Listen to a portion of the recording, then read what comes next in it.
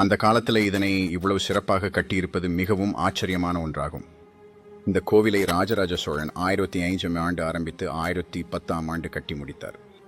இந்த பெருவுடையார் கோவில் உலகின் மிகவும் பழமையான கோவில்களில் ஒன்றாக உள்ளது. இந்திய ஓவிய வரலாற்றில் தஞ்சாவூர் ஓவியம் சிறந்த இடத்தை பெற்றுள்ளது. இந்த நல்ல ஆற்றலால் மக்களுக்கு அமைதியையும் மனதிற்கும் உடலிற்கும் அமைதியை தருகிறது. இந்த ஓவியங்கள் மிகவும் நேர்த்தியாகவும் புதிதாகவும் இருப்பதாக ஆய்வாளர்கள் கூறுகின்றனர். இந்த கோயிலின் கட்டிடக்கலையை நிர்ணயித்தவர் குஞ்சலராதன் என்ற கட்டிடக்கலை ஆய்வாளர் ஆவார். இந்த தாஞ்சாவூரில் ரொம்ப பிரபலமானது அழகான மற்றும் சிறப்பம்சம் மிக்க ஓவியங்கள் வரையப்பட்டுள்ளன. தஞ்சை பெரிய கோவிலின் மேற்கூரை சிறப்பாக கட்டமைக்கப்பட்டுள்ளது. இந்த கோயிலின் கருவறையில் உள்ள சிவலிங்கம் அதிக மின்காந்த அலைகளை கொண்டது. இது பிளாஸ்வி ஆற்றலை கொண்டதாகவும் உள்ளது.